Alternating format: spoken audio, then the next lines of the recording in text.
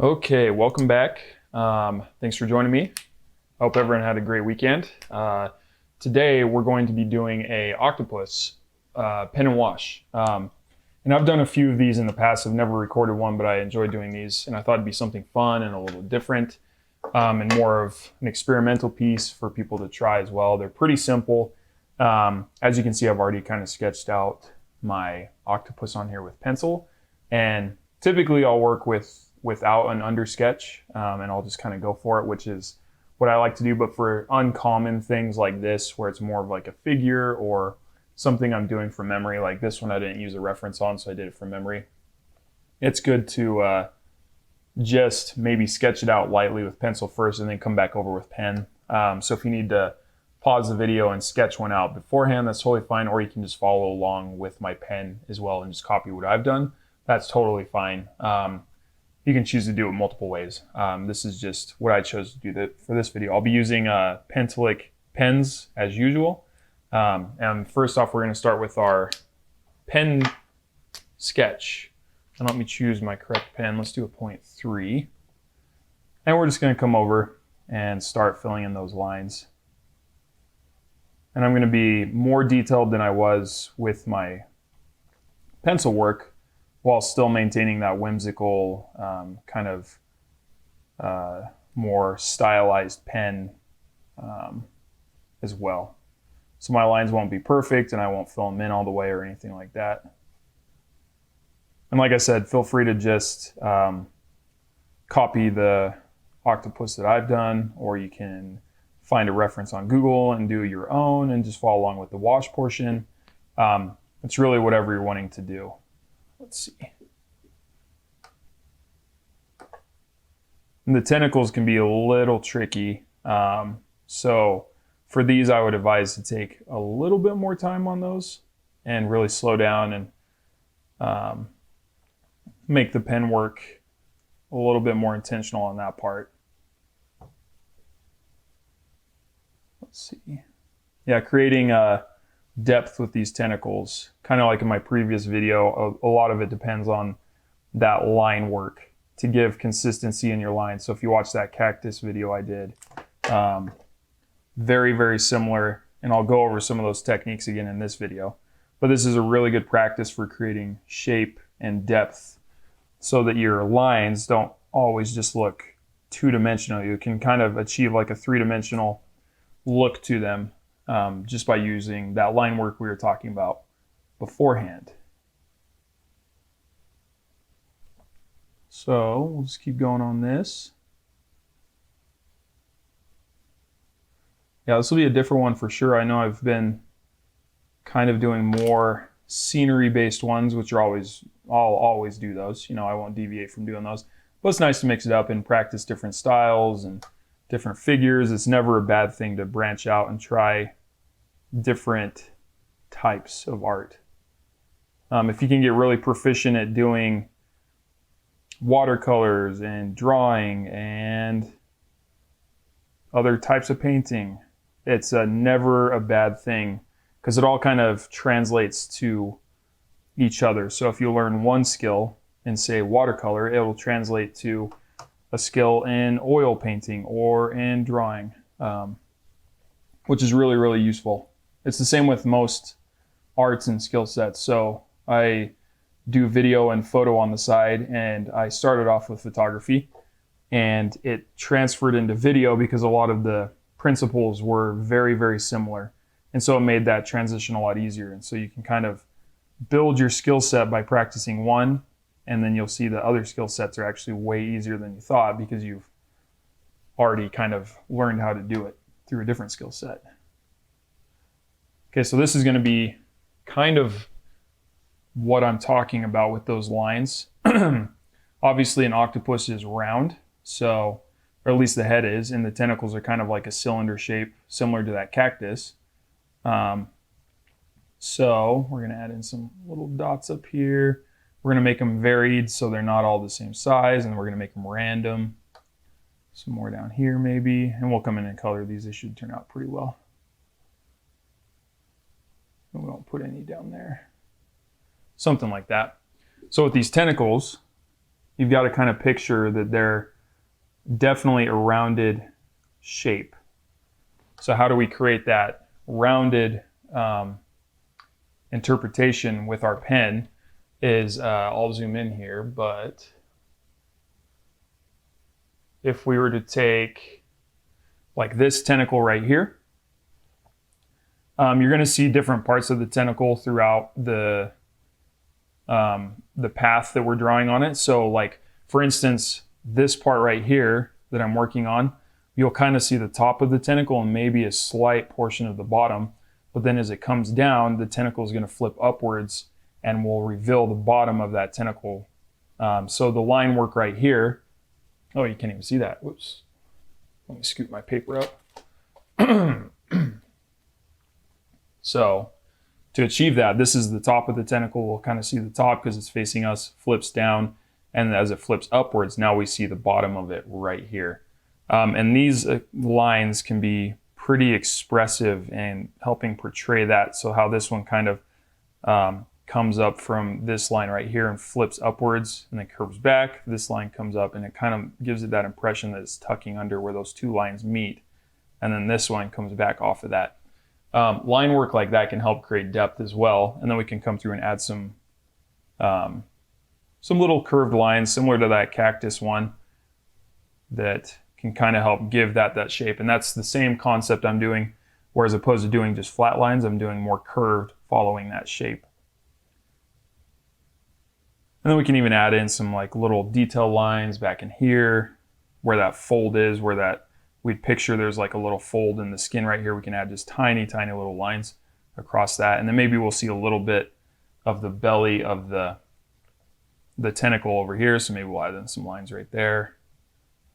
And maybe just a few. So we got to picture that this is a cylinder, this whole thing, at least a little bit. So if we have a cylinder right here, instead of doing flat lines across it, we'll do little curved lines to kind of help give it that shape. Just like last time, we're not going to do full lines across it. We're just going to do very sparing little lines, and that can just help give it a little bit of detail. And feel free to pause the video and come back and rewatch it. I know I'm moving pretty quick, so feel free to definitely take your time on it.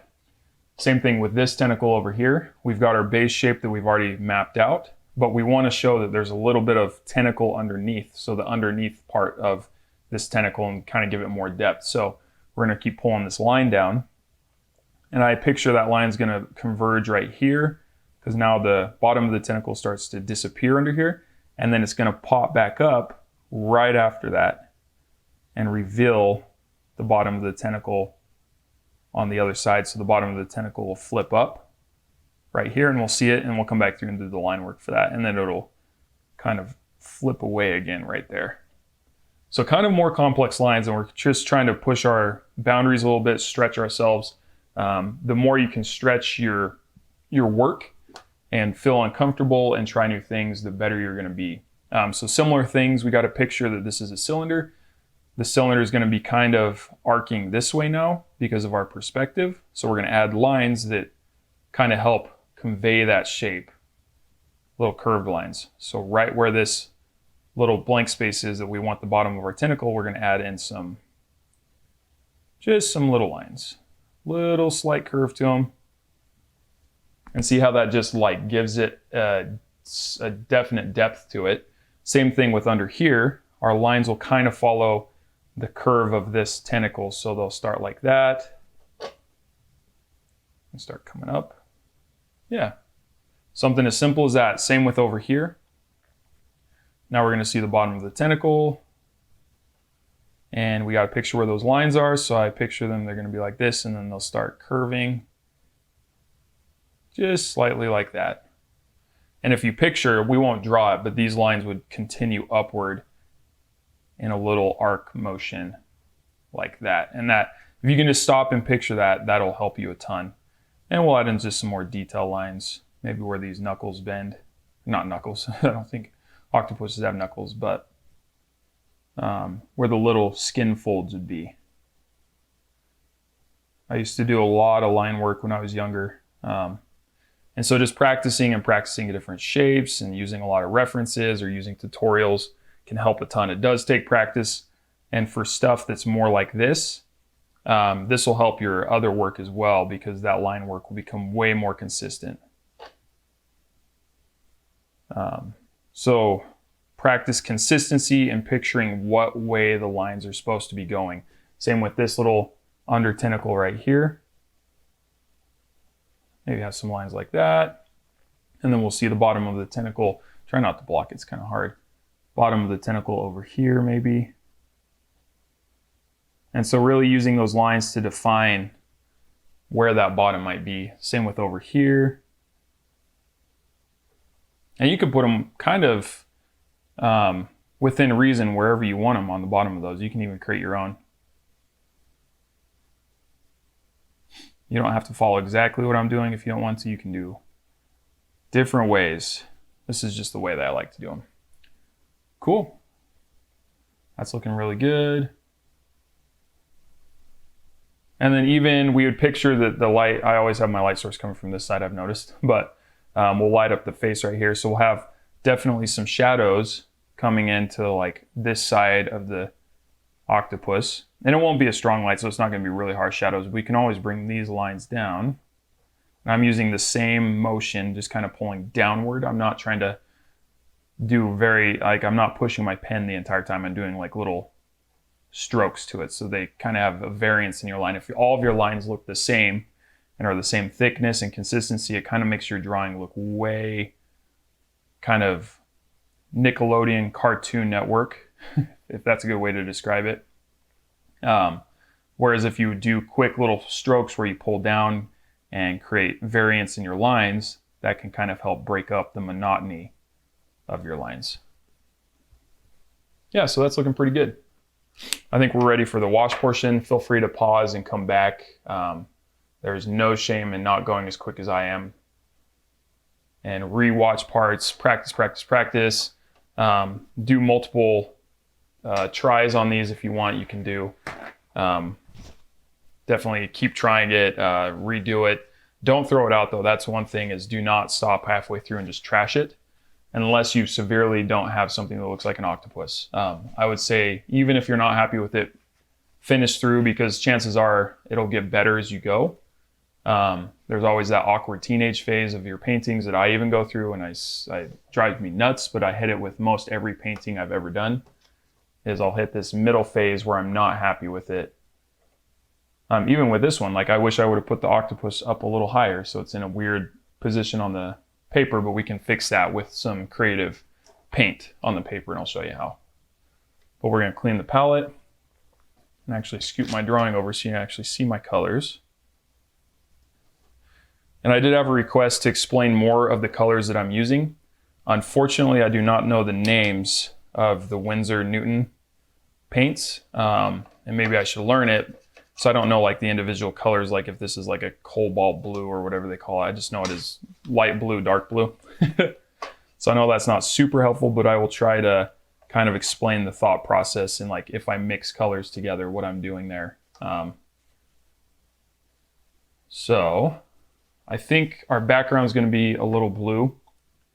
So we'll do an opposite color that's more complementary, which would be like a red or a purple for the octopus, so it doesn't blend in with the background. So what we can do is take a blue, and this will be on my palette, the darker blue, and we'll put it onto our clean palette that we just cleaned off, and get a pretty generous amount, so not using too much water, just more paint than water. And then we can clean off our brush, wipe it off with our paper towel. We can come down and grab some red. And this is just the standard red that comes with Winsor Newton, and we'll just mix those together to create that kind of maroon purple, which I think is really nice. And that's just as easy as mixing. You can look up color mixing palettes online to see what colors go well together. And this comes with practice as well, so you don't need to like fully memorize this at all, but it can help to start learning how to mix colors and like what works together to create other colors. Using a fairly damp brush with a fairly dry brush with mostly color on it, we'll start to come in and fill in around these circles that we've created. Not trying to be perfect, not a perfectionist with these lines by any means.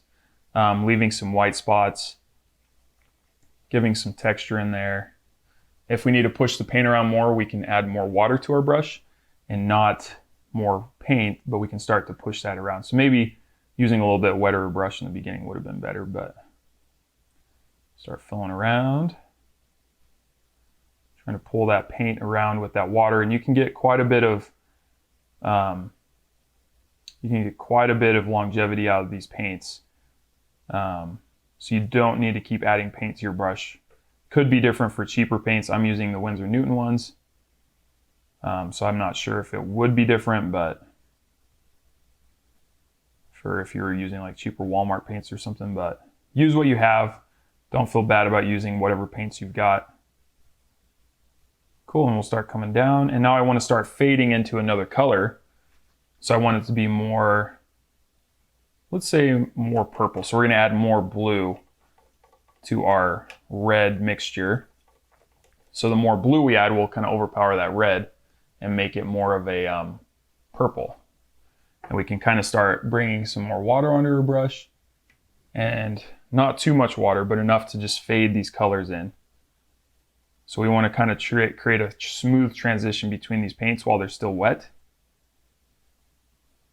And we can achieve that by using more water and kind of pulling that up. So I'm going to rinse my brush off, try to get all that purple off my brush, and just take a fairly damp brush and pull that paint up into the other paint. I believe that's called a gradiated wash. A gradation.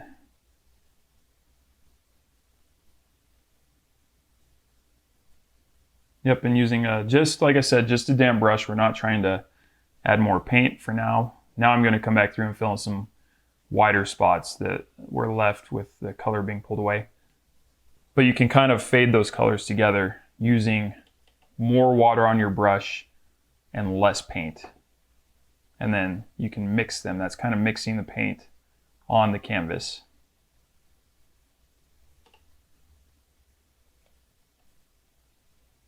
And you can see that I'm not even being super specific with my paints being in those lines. Let me just focus here. Like I'm going outside a little bit. I kind of like the more messy look. You can be as clean as you want. I prefer the more messy. Just kind of how I like it. Doesn't have to be perfect. Filling in all the tops. We're not filling in the bottom of the tentacles, just the tops. Excuse me. And then we're going to come back and maybe he's a dangerous octopus. So we're going to add way more red in. And maybe a little bit of orange. We're going to mix those two together. And that kind of makes it a more vibrant red. Not as maroony. So I'll help tone it down. We're going to come fill in these spots. Just using the same brush, just using the very, very corner bristles to fill those in, not being super, super specific. We won't fill in his eyeball. So we want that to kind of be maybe a different color. And then I want this color to mirror underneath the tentacle skin. So we're going to take that same exact red, which is I just mixed red with orange. Those two right next to each other, and it creates this really nice kind of almost more blood red in a way, orangey red. I don't know if blood is actually orange, but looks a little bit more of like a toned down red and less maroon or magenta. And we're just going to fill in those underspots. And the orange and purple should mix well with the blue in the background. So that's kind of why I chose these colors. As you can look at complementary color charts online too and figure out what colors work together. So there's some great ones that are just free. And the way those work is if you look at a color, the color that's right across from it on the wheel is usually the complementary color. So purples and blues, and then reds and blues. Greens and blues can work. It just depends. So there's an infinite way to do it though. That's looking pretty good. Now we're going to come through and kind of define those shadows. So we're going to build up more of our purple. Because right now we have our base color, and so we're working light to dark. So this is our base color, and it's looking pretty flat right now. Like it all looks like the same color, which is okay. There's always that point where you need to have a flat starting point. We're going to mix a lot of that purple in, create a pretty pigmented purple by adding a lot of color together. And then we're just going to dry off our brush on this little wad, and we can come through with a fairly dry brush and start defining these shadows. And we got to remember where our light source is coming from. It's coming from this side, so this side is going to be shaded of this almost sphere of a head. And then there's going to be a shadow that's cast right here because the light's hitting right here. And I know I said it wasn't going to be a very harsh light, but maybe it is. It's going to cast a shadow right there, a little shadow right there. And even my brushwork can kind of mirror the circular motion of these tentacles. You can kind of create those shapes with your brush. So I'm using a drier brush, I guess, with more color on it and less water. And what that does is I can pull more texture across, kind of following the same shape as those tentacles, if that makes sense. So see how I'm kind of pulling those little lines with just my bristles across that. And I can add some nice shape in without having to do harsh lines that can kind of pull away and add some more confusion. And we can even do that up here, add in some more texture. So the drier your brush is with the less water and more color, the more textured it's going to be, which for certain stuff can add in some really cool texture into your drawing. But if it was more wet, then it would be less textured and more flowy, and you can kind of blend colors that way. So remember, drier brush is for texture and more detailed work. Wetter brush is for less texture and more fill-in work. Yep, and see how that kind of just brought that thing to life.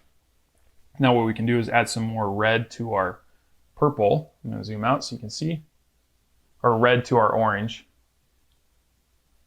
Let me get that focused. So I'm taking more red, mixing it with my orange, creating more of a dark maroon color now. And we're going to come back through under these tentacles and using the very, very edge of my brush like a knife, think of the edge of a knife, coming through and just adding in some more detail. I'm not filling in all of this with red, but just giving it a little bit more depth over that kind of orangey red that we added earlier. And even filling in these.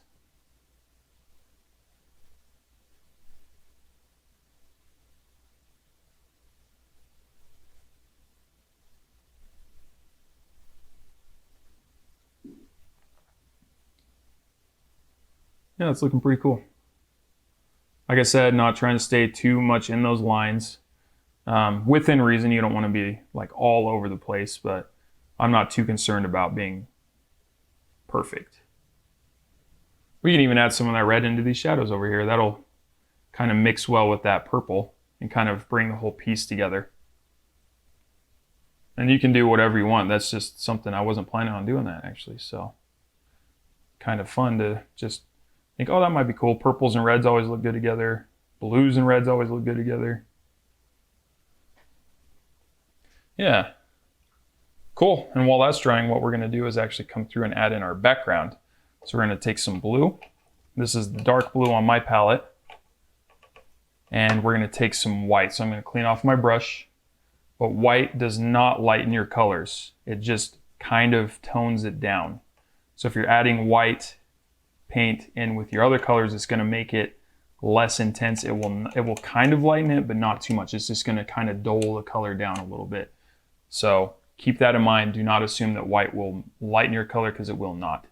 The only way to achieve lighter colors is use less paint on your brush and work from light to dark. So you have to keep that in mind.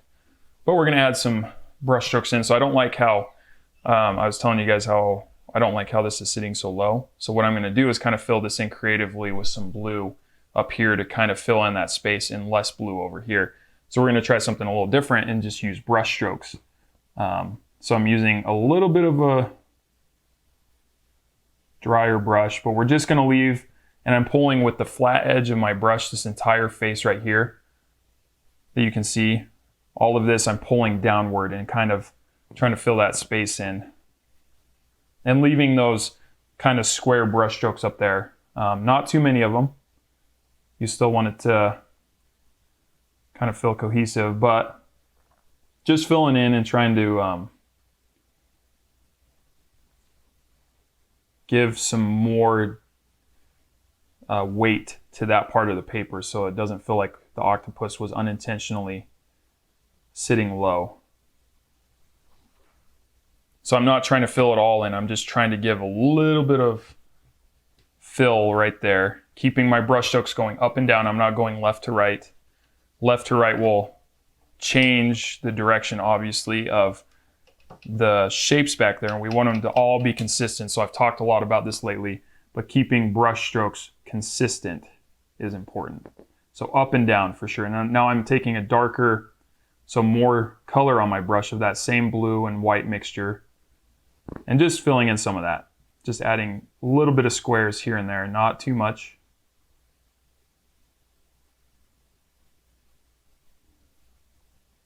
Still a fairly dry brush.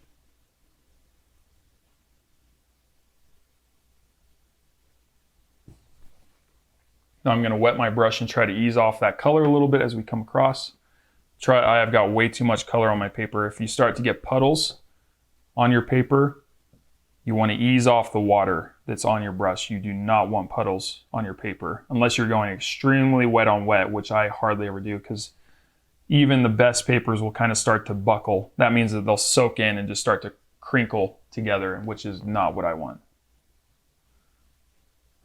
For some people it works. Higher quality papers will tolerate that more, but if you're using lower quality papers, it's not going to tolerate that as well. And then we're going to kind of follow this shape downward with these strokes and just really ease off over here and only add a few minimal in. And then we'll wet our brush a tiny bit to kind of fill that blue in around these tentacles. But it's very, very light, so I'm using way more water than I am paint on my brush. Still not putting puddles on my paper, but just enough. You know what might be fun too is we'll take some blue and some more white, mix that together, kind of bolster up that color we were building. Try to get the same shade as before. And if we take a pretty dry brush with a lot of color on it and we just tap it on another pen, we can add some drips in, some little splashes.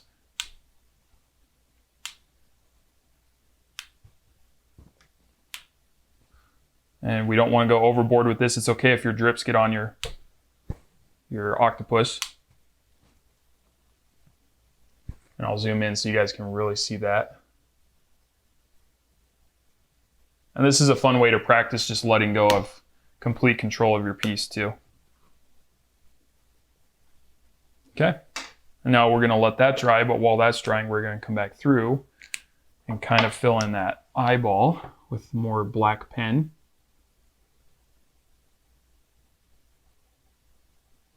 Keeping my brush strokes going the same, or my pen strokes going the same way.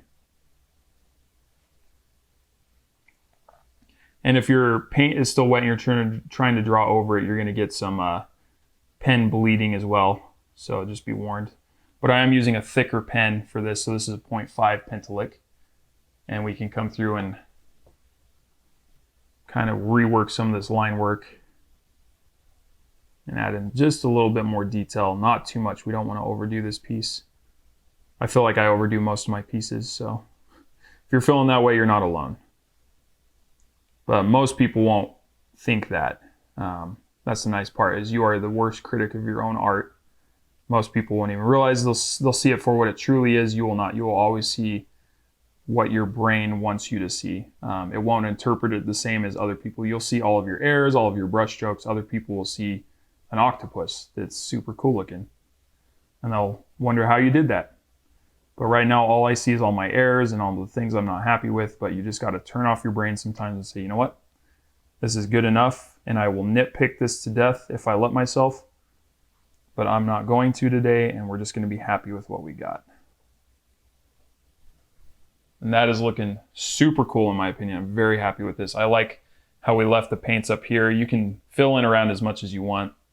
But I'm a big fan of this one today, even with those errors that I see.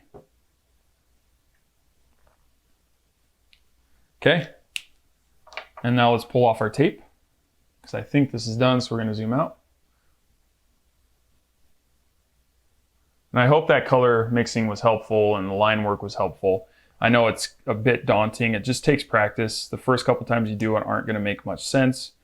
You won't be happy with your work. You'll be a little frustrated, but it gets better over time. It just takes practice. You're not going to be perfect at it. I'm still not perfect at it, and I've done this for 10 plus years. But the more you work on it and not let yourself get frustrated and demoralized, the better. So just keep working through pieces, finishing them, committing to them, and things will work out in the end, and you'll get way better at it. Thanks for stopping by, guys, and I'll see you guys at the next one.